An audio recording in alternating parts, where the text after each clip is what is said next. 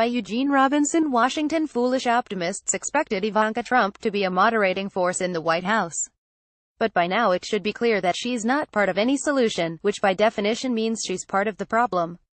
Can anyone tell me why, other than nepotism, she has an office in the White House and a backbench seat at meetings of the cabinet? Washington is full of people who are smart, successful, well-educated and actually have experience in developing and implementing government policy, which Ivanka completely lacks.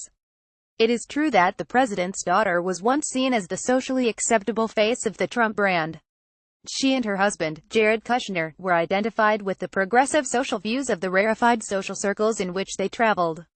No less an authority on daughterhood and the White House than Chelsea Clinton, whom Ivanka describes as a very good friend, said before the inauguration that we have so much more in common than we have disagreement about. Ivanka promised to champion issues of concern to women, including paid family leave. And it was hoped that she could hold President Trump to his former live and let live views when it came to issues such as LGBT rights. Wrong, apparently. President Trump's sudden decision last week to bar transgender individuals from military service was just the latest example of Ivanka's lack of influence. She was reportedly taken by surprise when the president announced the ban in an early morning tweet. So was almost everyone, including the military officials who are supposed to enforce the new policy of discrimination, which they don't much seem to like.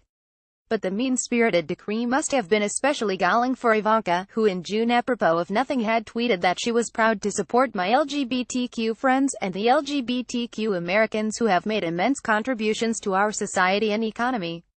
Ivanka and Jared reportedly lobbied Trump not to abandon the Paris Climate Change Accord, seen by most scientists and world leaders as the most significant step to date in limiting the heat-trapping carbon emissions that are rapidly warming the planet.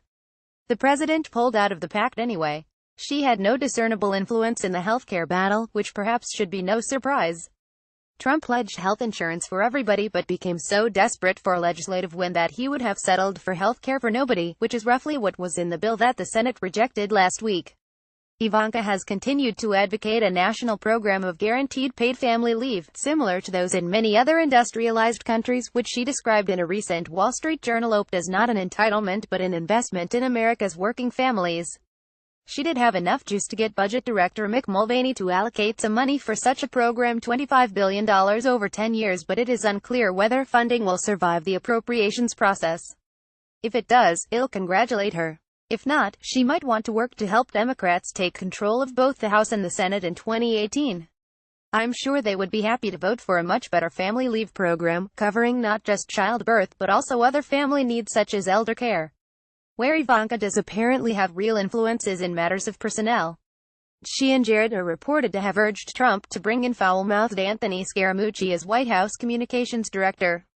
Seriously, that's the guy you wanted shaping the administration's message. Scaramucci was dismissed Monday after just 10 days on the job. He had only two things to offer: North Korean-style hosannas to the strength, wisdom and general magnificence of his dear leader, President Trump, and an undeniable talent for imaginative swearing. Ivanka is also said to have supported the defenestration of Reince Priebus in favor of John Kelly as Chief of Staff.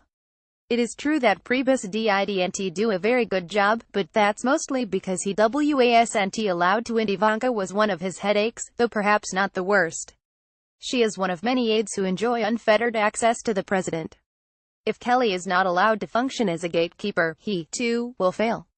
Meanwhile, Ivanka's line of shoes, clothing and accessories conspicuously not made in America has come under new scrutiny. And one disillusioned friend of hers told me she and Jared must have drunk the Kool-Aid. In her White House role, she's not helping the nation, and she's sure not helping herself. Eugene Robinson's email address is eugenerobinson@washpost.com. See 2017 Washington Post Writers Group.